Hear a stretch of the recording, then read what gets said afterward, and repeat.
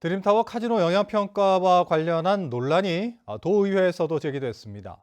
카지노 이전 허가에 대한 의견 제시 안건을 심사한 도의회는 6시간 넘도록 회의를 하고도 더욱 심도 있는 논의가 필요하다며 의결을 보류했습니다. 박주영 기자입니다.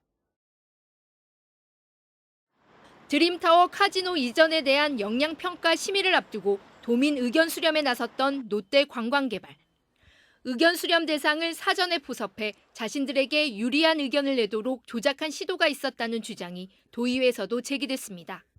설문 문항도 경제적 효과만을 부각해 긍정적인 답변을 유도하도록 설계됐다며 도민 의견 조사가 객관성을 상실한 만큼 다시 실시하라는 요구가 이어졌습니다. 도민 의견 조사와 관련돼서 또 다른 사법당국의 조사가 진행되고 있고 의회에서조차도 이 설문 문항에 문제가 있는 것 같다고 지적을 하고 있는데 여기에 대해서 전면 재검토를 하지 않겠다? 카지노 이전에 대한 도민 의견 조사를 사업자가 직접 진행하도록 지침이 마련돼 부실한 조사는 예견된 결과였다며 객관적인 기관에서 조사업체를 선정해 진행하는 공탁제를 명문화해야 한다는 주장도 나왔습니다. 가장 중요한 게 도민의 여론이거든요. 이 부분을 시행자에 맡겨놓고 여론조사 기관에 맡겨놓고 하다 보니 이런 문제가 생겨서 저는 아까도 말씀드렸지만 법제도 개선을 해야 될 것 같아요. 카지노 이전이 주변 지역 등에 미치는 영향을 분석한 카지노 영향평가 자체가 부실하다는 평가도 제기됐습니다. 심의위원 명단을 철저히 비공개함으로써 심의 결과의 전문성, 객관성을 담보하기 어렵고 카지노 매출 예상액도 부풀려져 영향평가 자체가 엉터리라는 겁니다.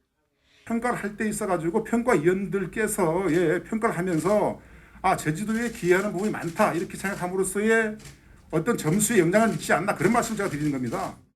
제주도는 드림타워 카지노 이전에 대한 도민 의견 조사 과정에 하자가 있는지 전문가 그룹과 검토하고 카지노 영향평가는 제도 개선에 나가겠다고 밝혔습니다. 저희들이 여러 가지 이제 첫 사례라서 앞으로 제도 개선이 필요하겠습니까? 그런 부분은 공감을 합니다. 그렇죠. 전국에서 처음으로 진행된 드림타워 카지노 이전을 위한 영향평가. 불공정 부실 논란 속에 경찰의 수사까지 이어지면서 도의회는 이전 허가를 위한 의견 제시 안건에 대한 의결을 보류한 채 오는 24일에 다시 논의하기로 했습니다.